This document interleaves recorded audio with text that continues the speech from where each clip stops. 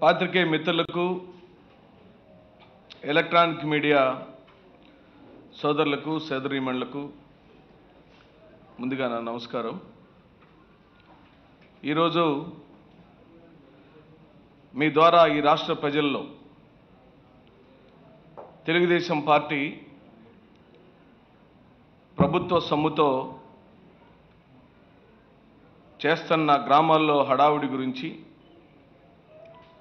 అలాగనే ఆ ప్రభుత్వ పథకాలను పంచేటప్పుడు అవేదో వాళ్ళ సొంత సొమ్ముల్లాగా లేదా వాళ్ళ ఇళ్లలో నుంచి డబ్బులు తీసుకొచ్చి పంచుతున్నట్టు, లేదా వాళ్ళ తల్లిదండ్రులు సంపాదించిన ఆస్తులు తీసుకొచ్చి ప్రజలకు పంచుతున్నట్టు చేస్తున్న హడావుడి చూసి ప్రజలు నివ్వెరపోతుంటే, ప్రజలు ఆంధ్ర రాష్ట్ర ప్రభుత్వాన్ని చూసి అపహాస్యం చేస్తుంటే చాలా బాధతో మీ ముందుకు రావటం జరిగింది. డ్వాక్రా రుణాల మాఫీకి సంబంధించి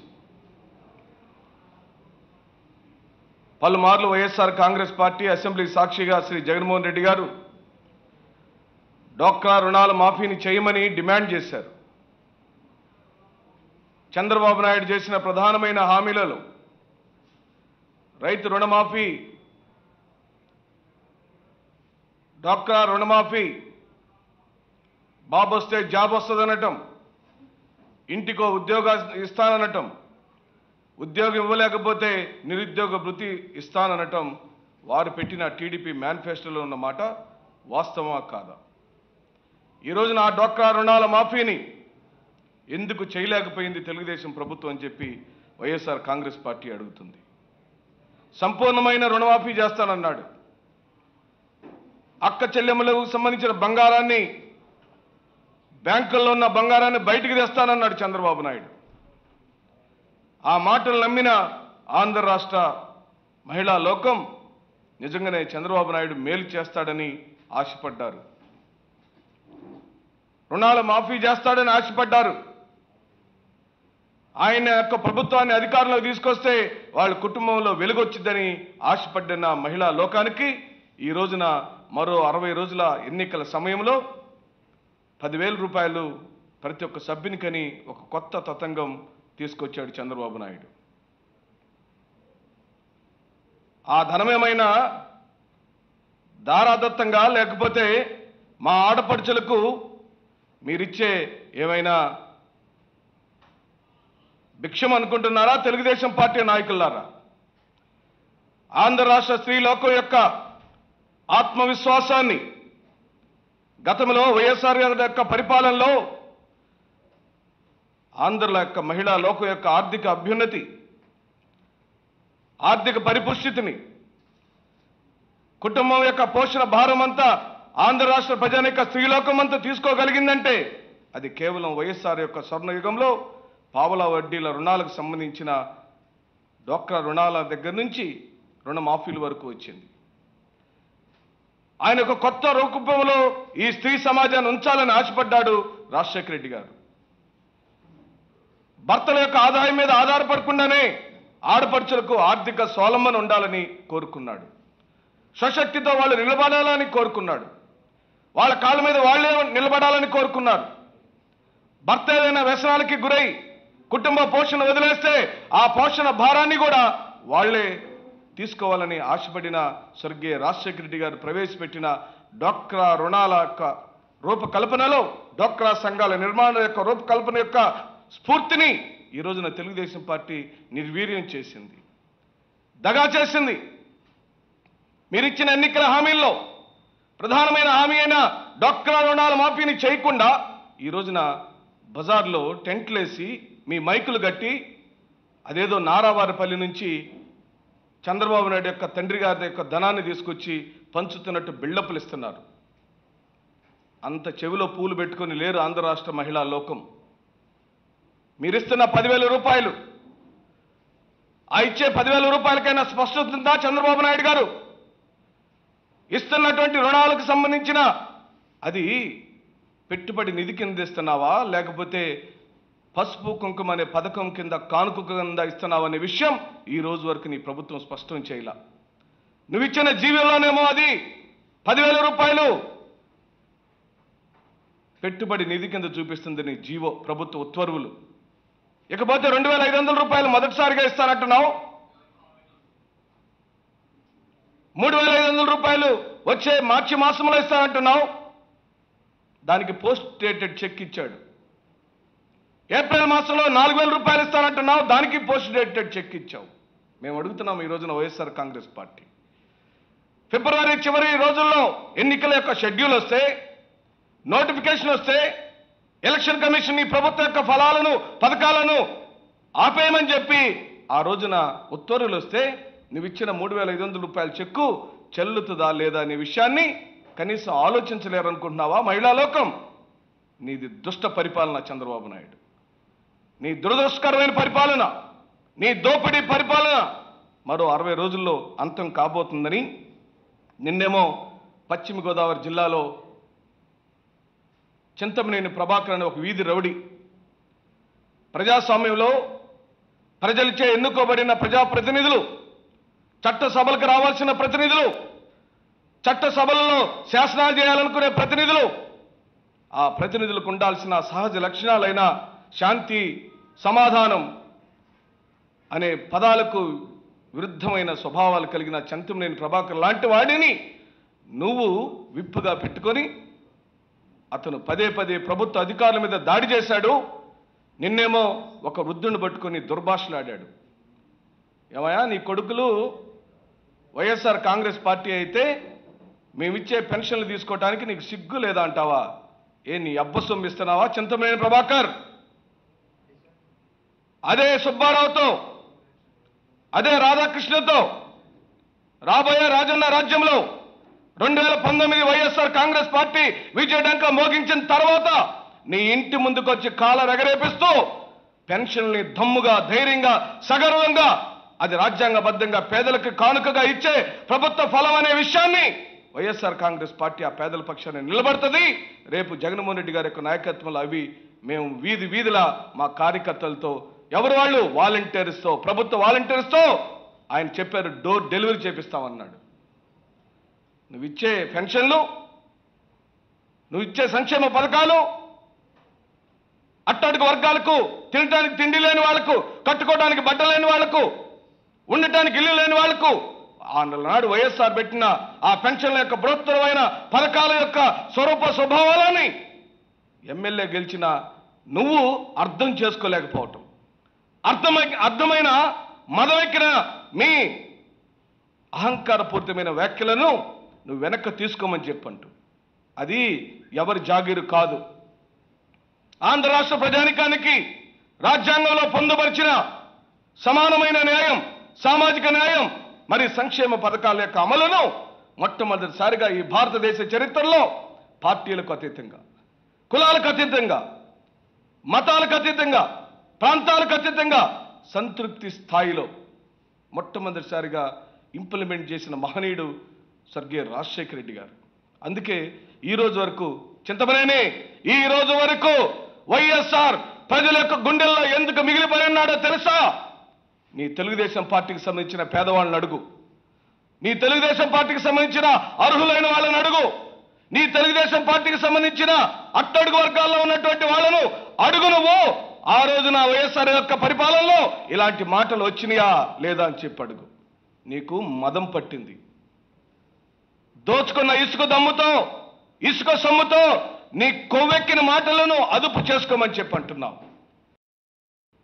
మీరిచ్చే ఈ రోజున 10,000 రూపాయలైనా, రోజు నెల నెల వచ్చే పెన్షన్లైనా అది నారావారి పల్లెల్లో నుంచి వచ్చే డబ్బులు కాదు, చంద్ర తండ్రి యొక్క డబ్బులు కాదు, మీ తండ్రి డబ్బులు అంతకన్నా కాదు. అది ప్రభుత్వంలో ప్రజలు కట్టిన పన్నుల్లో నుంచి న్యాయం. అదే ప్రభుత్వం అంటే.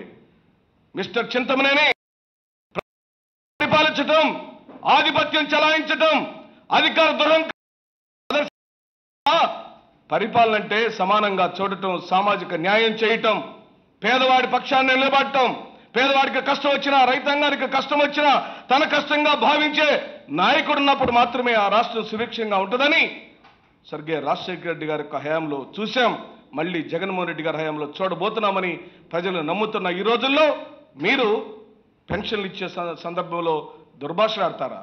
నిన్న పరిటాల సునీత గారికి ఏం జరిగింది? ఎందుకు జరిగింది? ఇంకా మీరు ఆత్మ పరిశీలన చేసుకోరా? అక్కడ చెప్పులు పడిని, చీపుర్లు పడిని, ఖాళీ వాటర్ బాటిల్స్ పడిని ఎందుకు పడుతున్నాయి?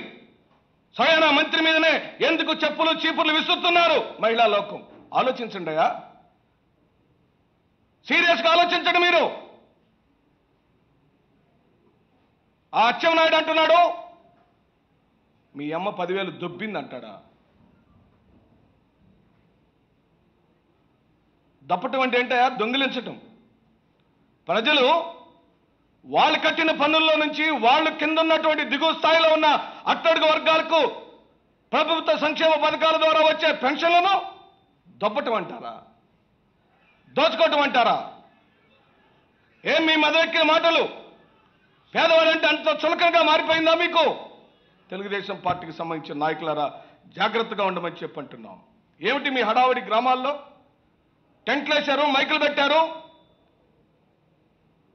మీకు నిజంగా చిత్తశుద్ధి ఉంటే నారావారిపల్లిలో దాచిపెట్టిన నల్లధనాన్ని, చంద్రబాబు నాయుడు సింగపూర్లో దాచిపెట్టిన నల్లధనాన్ని, రాజధాని పేరుతో 50,000 ఎకరాలను దోచుకొని చంద్రబాబు నాయుడు, లోకేష్ పంచుకున్న ధనాన్ని, మంత్రులు పంచుకున్న ధనాన్ని తక్షణమే ఈ ఆంధ్ర రాష్ట్ర ప్రజానికాలకు పంచాల.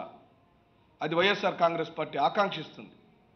మీరు బాగా దోచుకోవటం మరిగారు. దోచుకున్న ధనాన్ని దాచుకున్నారు. మరో 60 రోజుల కాలంలో అధికారం పోబోతున్న ఈ రోజుల్లో టంగు స్లిప్ అవుతున్నారు. ఏది పడితే అది మాట్లాడుతున్నారు. ప్రజలకు చాలా చులకనగా చూస్తున్నారు. చింతమనేని ప్రభాకర్, అచ్చెన్నాయుడు జాగ్రత్త, చాలా జాగ్రత్త.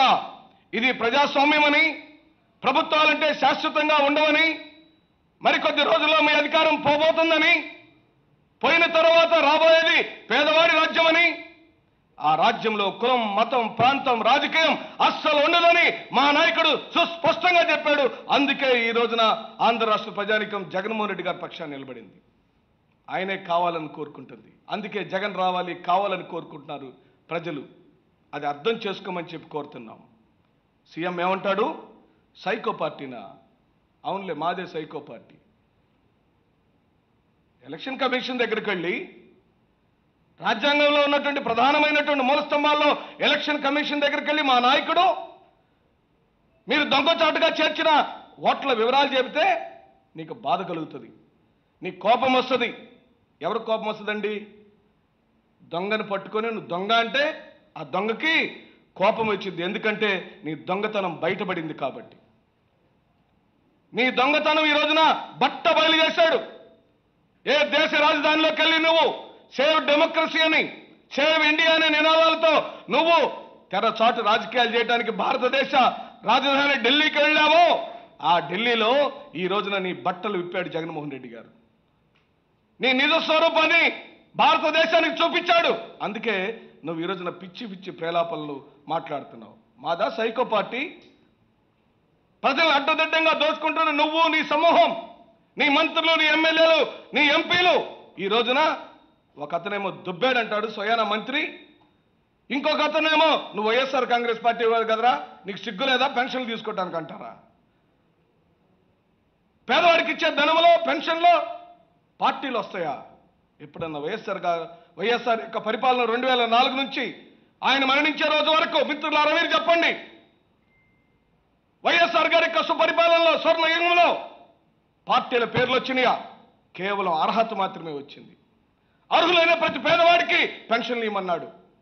అర్హులైన ప్రతి పేదవాడికి ఇల్లు లేకపోతే ఇల్లు ఇవ్వమన్నాడు మహానుభావుడు. ఆరోగ్యశ్రీ కింద అన్నింటినీ తీసుకొచ్చాడు మహానుభావుడు.